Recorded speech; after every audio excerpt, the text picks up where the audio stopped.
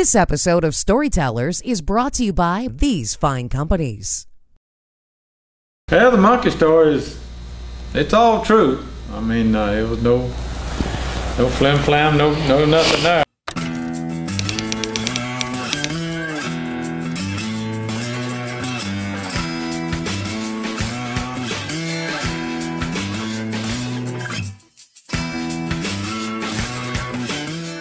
I mean, there's plenty of people who went to high school with me knew.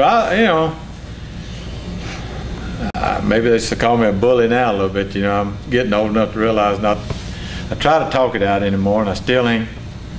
Anybody knows me, I still probably would fight you to flip of a hat, and I shouldn't. I know I'm not probably a fighter no more. I shouldn't be a lover. But anyway.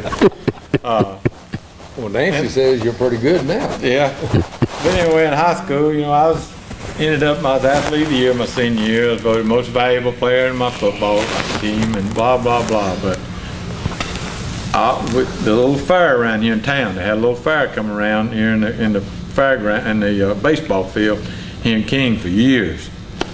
We'd go, and it got to about the last, I guess my junior year, maybe even my sophomore year.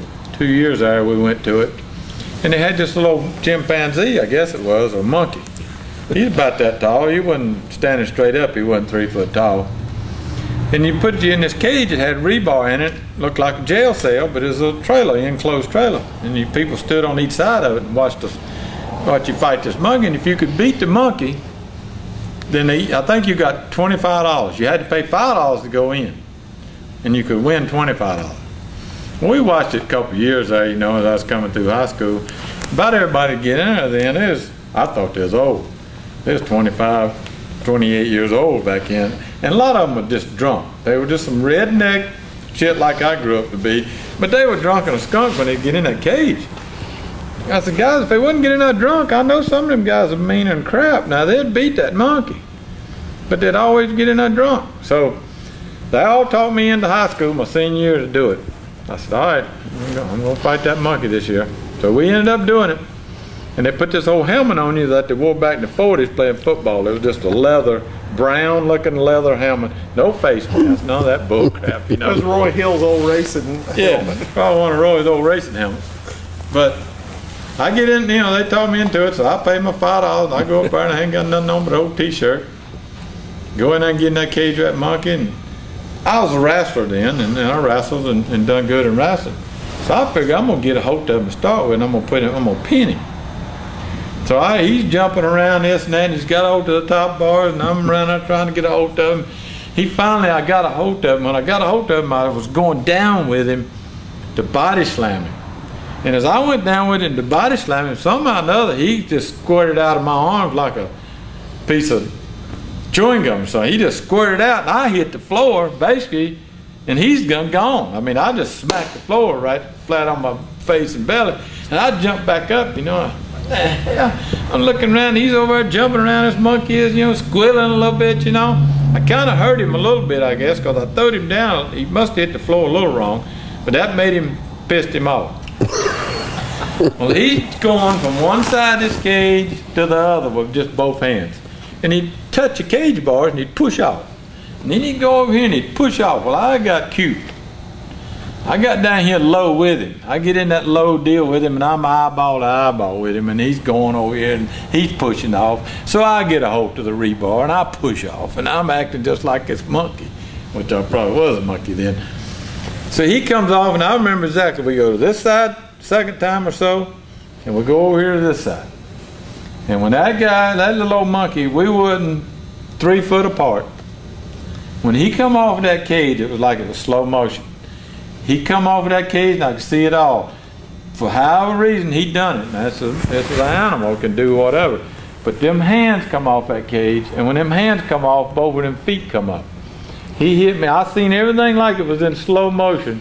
Them hands and feet hit me right here. Knocked me back probably about 4 feet back here, and I was dead against that old steel cage back here. It wasn't bar back there, it was just a flat metal. I hit that thing, and my head hit that bar, and I mean, I played football, I've been in fights. I'd never seen stars, and just, I don't know, stars, and it was like half moons. It was just everything in front of my eyes. I knew I was hurt, but at that time I was just mean enough to know I was still alive, and I was going after him again. So just as I was kind of shook my old head a couple times and got off the wall, I'm starting to go after him again, and luckily the guy that run the thing reached in there and grabbed around me and pulled me back and got me out of the cage, because probably that monkey was probably fixing to hurt me. And I will say after that, I poured concrete with my uncle back in on Saturdays. I always rolled a wheelbar on Saturdays, rolling wheelbar. We didn't have no motorized wheelbars then. You had to roll it by hand. Follow them little old 2x6 planks, through the mud. That's what I loved that, because that's what built my muscles up. My leg muscles, my arm muscles. It was good weight training for me to balance a wheelbar with cement in it, rolling on Saturdays. I done that on Saturdays, and you had to get up every morning about 5 and go get started. I knew that night when I left there, I was sober. I went in that cage just sober. I hadn't had nothing to drink. And I wasn't but 18 years old. Wasn't probably supposed to be drinking like the rest of them. But by midnight, I was drunk. Luckily, I didn't get sick drunk, because I knew I had to get up and go to work the next morning. So I woke up the next morning. I kind of went to bed that night. I was pretty much not feeling no pain. I knew my jaw was tightening up, but when I laid down and slept for about 5 hours and got up, when I woke up, I couldn't move my jaw. I couldn't talk. Couldn't open my mouth. It scared me. So I went in and took my shower right quick, and I brushed my teeth. I couldn't get my mouth apart. It was just like, couldn't get it apart. So I brushed my teeth, spit the water out, and got some water in, and got done.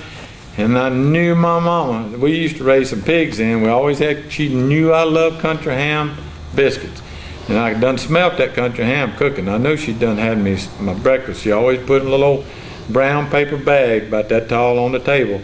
And when I'd go out, that's what I'd have every day to eat for breakfast that morning, going to the job or pour concrete. And there wasn't but one bathroom in our house at that time, and it was close to my bedroom.